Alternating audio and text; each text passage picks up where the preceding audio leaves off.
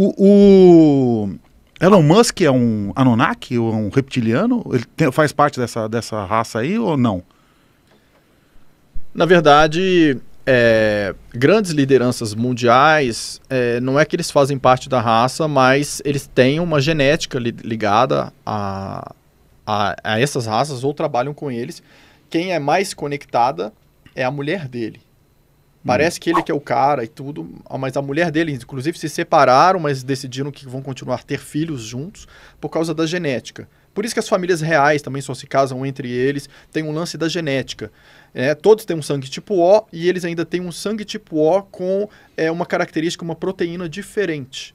Então eles sempre verificam se a pessoa com quem vão se casar, se tem esse sangue com essa proteína, com essas características aí, para esse desenvolvimento. Né? E a questão assim do Starlink está muito mais ligado, na verdade, a retirar coisas daqui para esses Anunnaki. Então leva esses minérios, está levando coisas, né, alguns levando armas. Podem reparar que alguns foram abatidos. Foram abatidos por alguns Starlink, caíram. Os satélites. Foram abatidos por grupo dos dimensionais que sabia que o que estava sendo carregado ali era muito nocivo para a raça humana. Né? Inclusive, grupos que fazem pesquisas e têm comunicação com eles, eu faço parte de um deles, nós fomos avisados antes que alguns Starlink seriam derrubados. E foram derrubados. Né? E eles ainda falaram, não vai cair em cima de ninguém, não vai machucar ninguém. Não teve nenhum acidente de Starlink que feriu pessoa nenhuma, que é muito impressionante. Eu tinha visto alguma coisa sobre essa questão do Starlink, que há algum tempo, alguns meses, o Elon Musk estava numa questão aí de se ele ia para um lado ou para o outro, dos arturianos, dos reptilianos e tal, e não sabia se para que lado que ele iria, né? Ele era uma coisa meio independente. Será então que a gente já tem aí uma definição do partido que o Elon Musk tomou aí com o Starlink? Eu acho assim, existe... O ser humano, às vezes, ele troca de caminho, né? Ele não é muito leal ao caminho que ele segue, não. E muita gente aí se vende facilmente, assim, tal, né? A nossa história demonstra isso de várias maneiras. Eu não posso falar se ele definiu o caminho dele, mas eu posso falar outra coisa que tem a ver com isso. Os Anunnaki estão aqui há um bom tempo e a agenda deles não está evoluindo do jeito que eles gostariam. Né? A gente pode ver que o planeta não está numa organização assim, tá... A coisa não está do jeito que eles querem. Então, eles vão precisar de ajuda também para modificar a agenda deles. Então, vai haver um momento... Porque, assim, quando a gente pensa muito em bom e mal, né? O Deus e o demônio, a luz e as trevas... Se a gente olhar, na verdade, o universo com todos os seres como seres em desenvolvimento, né? Porque todos são em desenvolvimento... Mesmo aqueles que estão com menor nível de consciência, eles precisam do processo evolutivo deles. E tem uma hora que eles vão perceber que algo precisa ser modificado. Né? Então, isso acontece com todos. Né? É um processo evolutivo, todos têm em níveis diferentes. Né? Então, os Anunnaki, eles têm um lado tecnológico muito avançado, um nível consciencial bem mais baixo, que é diferente de grupos de seres dimensionais, né? Que já não precisam nem de um corpo físico, tem um lado consciencial, vibratório muito desenvolvido e não precisam dessas tecnologias. Então, as escolhas estão sendo feitas, tem muita coisa acontecendo aqui embaixo nesse momento, mas com esse advento da descoberta que vai ter em pouco tempo de Ratanabá lá na Amazônia, esses artefatos, tudo que mexe com vibração, gente, você mexe com vibração, você afeta a frequência cerebral das pessoas.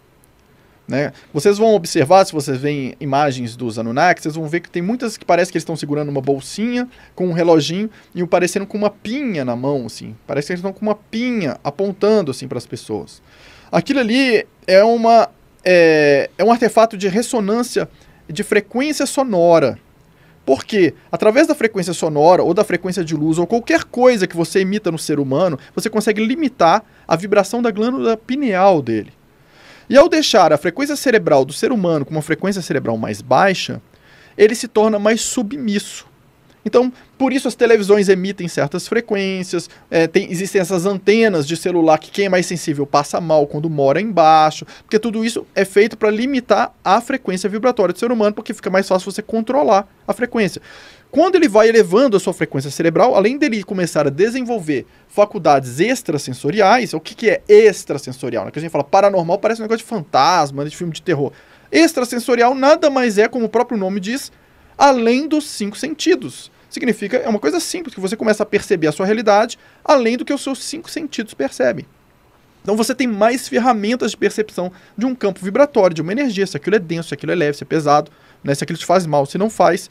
Então, a partir desse momento, se você também descobre como modular, através de artefatos, a frequência cerebral para cima, você começa a libertar a população desse processo de submissão. O que já aconteceu em outros processos ao longo da história. Cito 2. Primeiro, Inquisição. Por que mataram as bruxas? Né? Por que queimaram todo mundo? Porque eram dimensionais, que traziam a informação de que você poderia desenvolver as suas habilidades e enxergar as coisas de uma outra maneira. E se aquele grupo pequeno começa a se expandir, despertar, e todo mundo percebe que você pode viver a sociedade de uma outra maneira, aquilo se torna um perigo para aqueles que controlam a sociedade. Então você elimina aquele povo. Por que eles queimavam? Porque eles sabiam que existia a reencarnação, eles tinham medo daquele mesmo pessoal voltar. Mas eles tinham a crença que se eles botassem fogo em você, eles destruiriam até a sua alma. Então que aquela pessoa não voltaria. Essa era a crença da época, né? Segundo momento, anos 60, Estados Unidos.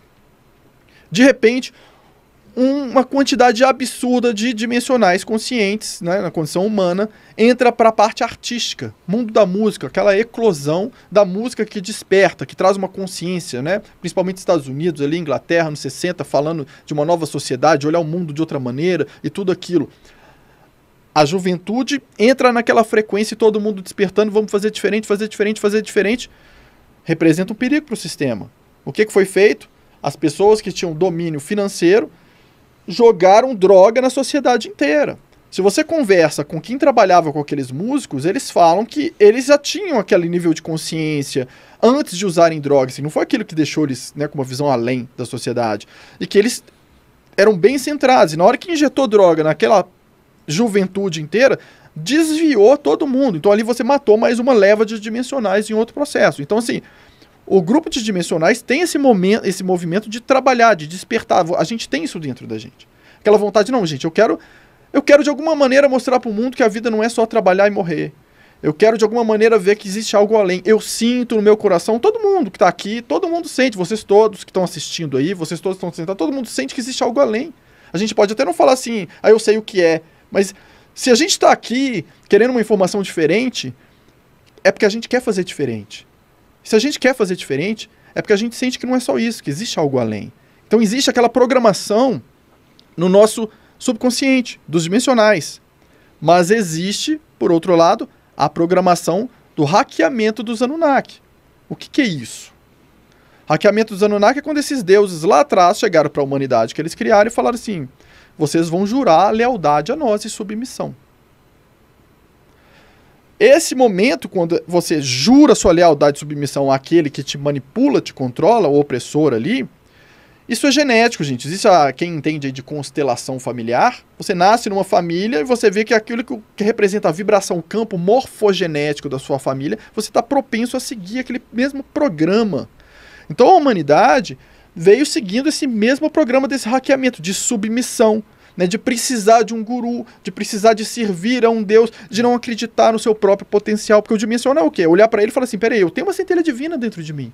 Eu posso me conectar com essa fonte. Eu posso rodar outro programa. Eu não tenho que rodar o DOS ou o Windows. Eu posso rodar, sei lá, um Linux, né? Eu posso rodar uma coisa diferente. Então, esse processo de despertar, né? Então, assim, quando falam de dois lados ali, essa disputa ela existe dentro da gente. A gente se conecta ao nosso medo, à nossa submissão do sistema, ou a gente acredita que a gente pode fazer diferente?